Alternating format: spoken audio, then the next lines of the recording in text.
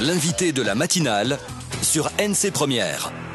Et ce matin, en ce 21 juin, jour de la fête de la musique, nous recevons Alain Lecante, vice-président de la SA5, la Société des auteurs-compositeurs-éditeurs de Nouvelle-Calédonie. Les questions de Thierry Belmont. Bonjour Alain Lecante. Bonjour. La question est simple pour commencer. Un artiste peut-il vivre aujourd'hui de sa musique en Nouvelle-Calédonie ? Ça va être très dur. Ça va être très dur parce que il y a, on va dire, à l'époque où on vendait encore du CD, ça pouvait se concevoir un petit peu, mais là, ça va devenir très dur. Surtout que ça se multiplie, les artistes, il y en a de plus en plus. Et donc, à moins d'imaginer de faire un tube mondial, là, ça sera possible. Ça veut dire... mais sur le marché est vraiment trop petit, quoi, pour pouvoir survivre, vivre. Il faut obligatoirement s'exporter.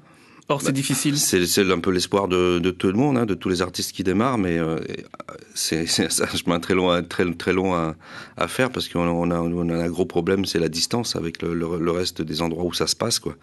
C'est vrai qu'avec Internet, maintenant, ça devient un peu plus facile de se faire entendre, mais il y a tellement de millions de gens du monde entier qui sont là-dedans. Il faut arriver à se faire un chemin aussi là-dessus. Est-ce que les artistes aujourd'hui parient justement sur les plateformes de téléchargement ? Est-ce qu'ils le font au moins cette démarche ? Je pense qu'il y a des artistes qui le font. Nous, on le fait. Ma société de production, on le fait pour les artistes qu'on produit. On s'aperçoit qu'il y a des intérêts des fois pour certains artistes dans certains pays bien particuliers. C'est assez marrant. Un petit exemple, je produis un groupe de Tahiti qui s'appelle Toaura et eux, ils ont beaucoup de gens qui les écoutent au Japon et au Mexique. Pourquoi ? Parce qu'il y a beaucoup d'écoles de danse tahitiennes par là-bas.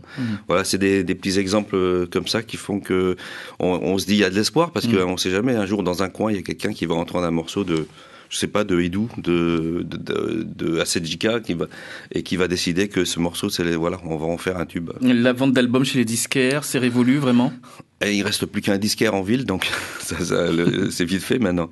Et oui, on vend encore du disque. En fait, c'est beaucoup les artistes qui vendent eux-mêmes leurs disques auprès de leur famille, auprès de leurs proches.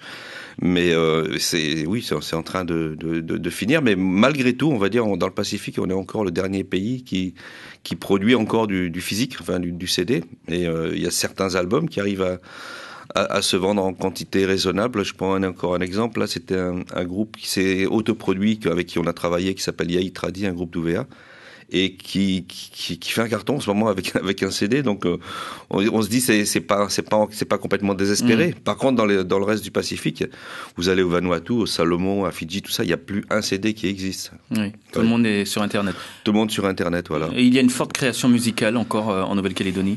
Oui. Ici, on va dire qu'on a quand même pas mal de moyens, d'infrastructures, et tous les week-ends il se passe des choses, ça soit en ville pour les groupes un peu de rock, de reggae, tout ça, et après un peu dans le nord, il y a toujours plein de choses qui se passent dans le nord, dans les îles, donc les groupes arrivent à tourner un peu comme ça, puis il y a des festivals un petit peu partout aussi dans le pays. Ça veut dire que les artistes vivent de cette manière-là avec les festivals ? On peut pas dire qu'on peut vivre de ça, mais au moins ça permet de continuer de perpétuer le projet qu'ils ont, quoi. De montrer leur art, de montrer leur création. Voilà. Du potentiel inexploité, on peut dire ça ici en Nouvelle-Calédonie. Il y en a, oui. Oh, il y a eu pas mal de talents. Je citerai pas de nom, mais d'artistes qui avaient un talent énorme, qui sont passés à côté, quoi. Et maintenant, ça devient trop tard, quoi. Oui. Et la production musicale, comment elle se porte ? La production, nous, on continue à produire. Enfin, la société dont je m'occupe, qui s'appelle Mangrove, on continue à produire, mais c'est tous les ans. On se dit, on va jusqu'à la fin d'année, on va voir comment ça va se passer. Là, cette année, on a encore un gros programme de production. Et nous, on mise un petit peu sur ce qui est sur Internet, les revenus qu'il va y avoir sur YouTube, sur le streaming et tout ça. On mise un petit peu là-dessus, sur l'édition, sur ce que ça va rapporter en télévision, en radio. On est en train d'essayer de faire ce pari-là. On ne sait pas si ça va marcher, mais pour l'instant, je crois que c'est le seul pari qu'il y a à faire, vu que c'est là que ça se passe maintenant. Et vous parliez de radio. Est-ce que les radios, aujourd'hui, diffusent suffisamment de production locale, Alain Lecante ? Oui. Non, je pense que les radios ici jouent le jeu, les télévisions jouent le jeu aussi. Non, de ce côté-là, d'autant plus qu'ici, on a une facilité beaucoup plus beaucoup plus grosse qu'ailleurs. C'est-à-dire en France, vous voulez passer sur une radio, ça va être très compliqué. Ici, vous avez juste à amener votre album en radio, il va passer, quoi. Et donc on a le contact, la proximité avec les animateurs, avec les radios et tout ça. Donc c'est beaucoup plus facile.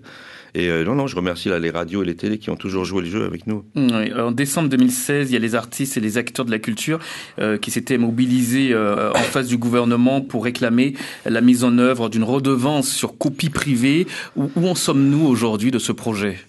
Ça avance. C'est un sujet qui a été long à mettre en route, mais là, ça y est, c'est parti. Maintenant, c'est quoi cette redevance tout d'abord sur copie privée ? Ça permet de compenser les pertes de revenus qu'ont les créateurs par les copies que font les gens chez eux, quoi. Donc c'est à partir de là qu'il faut quand même les dédommager, mais c'est quelque chose qu'on n'a pas inventé nous. Hein, c'est quelque chose c'est quelque chose qui existe déjà en métropole, mais qui n'est pas encore appliqué. Dans 52 pays dans le monde, donc voilà. Donc des redevances sur certaines copies, comme les lecteurs MP3, c'est ça ? Tout ce qui peut les contenir clés USB, du contenu, les CD, voilà. etc. Et ça servirait à rémunérer les auteurs et financer le secteur culturel. Et aujourd'hui, vous dites que ça avance ? Ça avance tout doucement, oui. C'est dans les tuyaux. Maintenant, c'est dans les mains du gouvernement, et c'est eux qui sont chargés maintenant de faire avancer ce dossier. On suit ça de près avec l'ASA5, mais je peux vous dire que c'est quelque chose sur lequel on a travaillé depuis 8 ans, et il serait temps que ça se mette en place. Combien pourrait gagner l'ASA5 avec cette redevance ? On a calculé que ça devrait pouvoir rapporter environ autour de 200 millions, je crois, de revenus, mais qui seront partagés après. Ça va être des calculs assez compliqués, parce que ça va même jusqu'aux journalistes. Hein, je veux dire, c'est tout. C'est pas juste les auteurs-compositeurs de musique. Hein, c'est tout le domaine culturel et artistique qui va s'y retrouver. Toutes les œuvres. Pourtant, l'UFC Que Choisir, l'association de consommateurs estime en tout cas que cette contribution supplémentaire n'irait pas dans le bon sens, dans le sens de la lutte contre la vie chère. Vous répondez quoi ?